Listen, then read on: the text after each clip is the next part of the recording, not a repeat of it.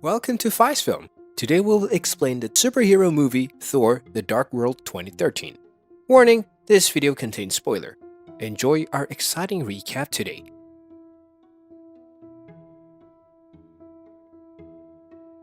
The Dark Elves, a venomous species, want to utilize the convergence to release the Aether, a destructive force that has the power to wipe out the whole galaxy. Malekith, the Lord of the Dark Elves, almost succeeds in his foolish attempt to remake the Nine Realms in his image by utilizing the Aether to bring their sudden annihilation. As Malekith sought to carry out his scheme, Thor, the father of Odin and then king of Asgard, used the Bifrost to take the Aether from Malekith's hands, depriving the Dark Elves of their most formidable weapon. As the Dark Elves are forced back to their homeworld of Svartalfheim, it becomes clear that they cannot overcome the Asgardians and are almost wiped out in the conflict. Following the Chitauri invasion, Loki is bound and brought before Odin. Odin sentences Loki to a life term in jail for his crimes against humanity, telling him that once Thor repairs the devastations Loki has caused, he will be crowned king. 1 year later, in the Vanir homeland of Vanaheim, Thor engages in combat with the warriors Fandral, Volstagg, Hogun, and Sif against the Marauders, an unruly band of invaders who have been terrorizing the Nine Realms for the last 2 years. Thor and his companions go back to Asgard via the Bifrost Bridge, restored by the Tesseract's power after the Asgardians' triumph in the war. At the same time, Hogun stays in Vanaheim to assist his people in rebuilding. Jane Foster is back on Earth and in London after Eric Selvig requested that she go there to look into some mysterious readings. She goes on a date with Richard Madison after waiting a while without hearing from Thor. Darcy Lewis abruptly ends their date and informs them that Foster's scientific apparatus has been picking up unusual signals that haven't been seen since the events in New Mexico 2 years previous. They board the vehicle where Lewis's intern Ian Boothby is waiting for them and go to the locations on the strongest signal, where they eventually arrive at an abandoned storage facility. Foster gets sucked up by one of the portals and sent to an unknown world while Lewis and Boothby keep fiddling with him. She finds herself in a mysterious vault that is set in a pitch-black abyss. When she touches the vault, the Aether, a crimson substance, emerges from it and infests her body. Foster falls asleep, gets whisked back to Earth, and 5 hours later, she wakes up.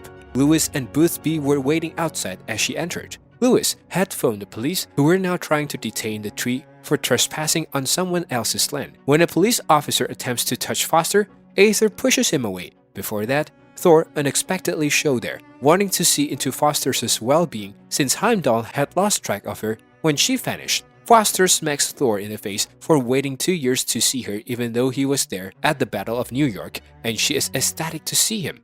When they arrive, Heimdall welcomes them but soon takes Jane Foster into the healing chambers so they can see what's wrong with her. They discover the Aether in her body, but they are unsure of its nature. Odin explains the Book of Yggdrasil to Foster after identifying the Aether and describing how the Dark Elves almost used it to wipe out the world. Frigga becomes friends with Foster and looks out for her as Odin tries to figure out how to get rid of the Aether without killing her. Loki has consistently rejected Frigga's attempt to express her dissatisfactions with his behavior in private. Malekith and with his ilk awaken from their protracted hibernations in the meanwhile after being warned by Foster's usage of the Aether. The Dark Elves plan their second assault on Asgard, consumed with anger and eager to get the Aether to plunge the cosmos into darkness once again. Algrim gets arrested by the Asgardians while posing as a marauder on Malekith's instructions. Using evil technology, he transformed into Curse, a superpowered warrior whom the Dark Elves regularly utilize in their conflict with the Asgardians. Except for Loki, he releases all the inmates, and they launch a prison riot to occupy the Asgardians and allow Malekith to enter Asgard.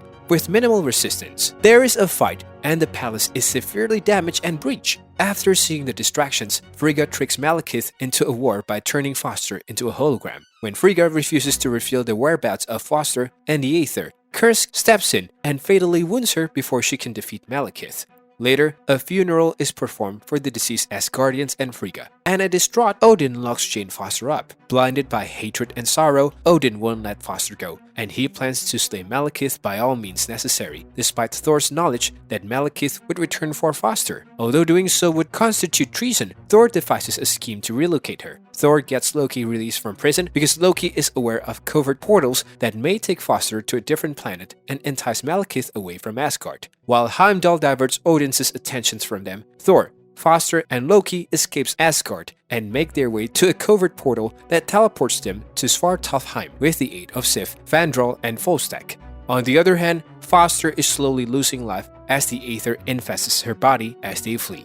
By the time the group arrives in Svartalfheim's wastelands, Foster's body has fully channeled the Aether, improving her senses but physically weakening her. When Malekith detects the Aether transfer and he approaches the group on Svartalfheim, Loki pretends to betray Thor by chopping off his hand and gladly handing up Foster to Malekith.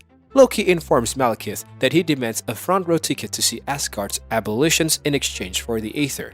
Malekith then uses Foster's corpse to draw Aether into himself. Still, Loki's betrayal is still exposed as a lie. Thor summons Mjolnir and attempts to destroy the Aether, but he is unsuccessful since it cannot be destroyed. Then, when Malekith and his supporters depart the planet, Curse engages in combat with Thor, soon gaining the upper hand. The Curse seizes Loki and smashes the sword into his own body as Loki tries to help Thor by stabbing Curse in the chest with a blade. However, Loki can activate one of Curse's impulsion's bombs, destroying Curse in the process. After apologizing to Thor for his sins, Loki seems to pass away in his arms. After grieving over Loki, Thor and Foster go into a cave since they think they are unable to stop Malekith. Foster's mobile phone suddenly starts to work, and they continue exploring the tunnel until they come upon a doorway. They are securely sent back to London through the portal. Meanwhile, an Einherjar guard shows where Loki was killed and leaves for Asgard to tell Odin what happened. When Darcy Lewis and Ian Boothby read on the news that Eric Selvig had been seen running around naked at Stonehenge and has since been placed in a retirement home for mental treatment, they decide to call S.H.I.E.L.D. while Jane Foster has been in Asgard. When they arrive to free him, he claims that Loki's hypnosis during the Chitauri invasion caused him to lose his sense of reality.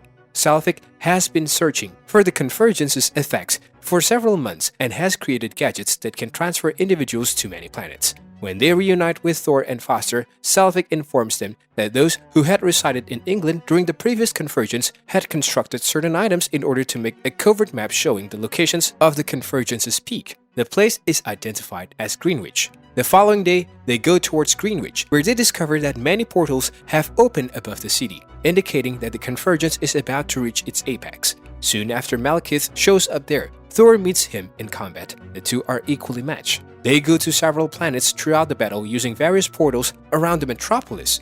The scientists utilize Selvig's intentions to combat the Dark Elf warriors while they are engaged in combat, unintentionally conjuring a frost beast. Malekith releases the Aether into the portals when Thor and he are separated shortly by one gate. The Aether may be unbreakable, but Malekith is not, so Thor quickly gathers his companions and grabs Selvig's inventions. Foster can transfer Malekith back to Svartalfheim, ending his onslaught after Thor uses the gadgets to impale Malekith. Selvig uses the rest of his technology to transport Malekith's damaged arc away, but when it falls on the Dark Elf commander, it causes Malekith's arc to collapse and almost crush Thor and Foster. Then, the gates shut, bringing the experience to an end. Odin greets Thor as he returned to Asgard after his triumph. Despite the sins he did to achieve it, Thor replies that he is not prepared to carry the throne's weight when Odin says he will make a wise ruler. Thor departs from Asgard to meet Foster on Earth, but as he does so, Loki, who had assumed control of Odin's throne after faking his death, is revealed to be Odin.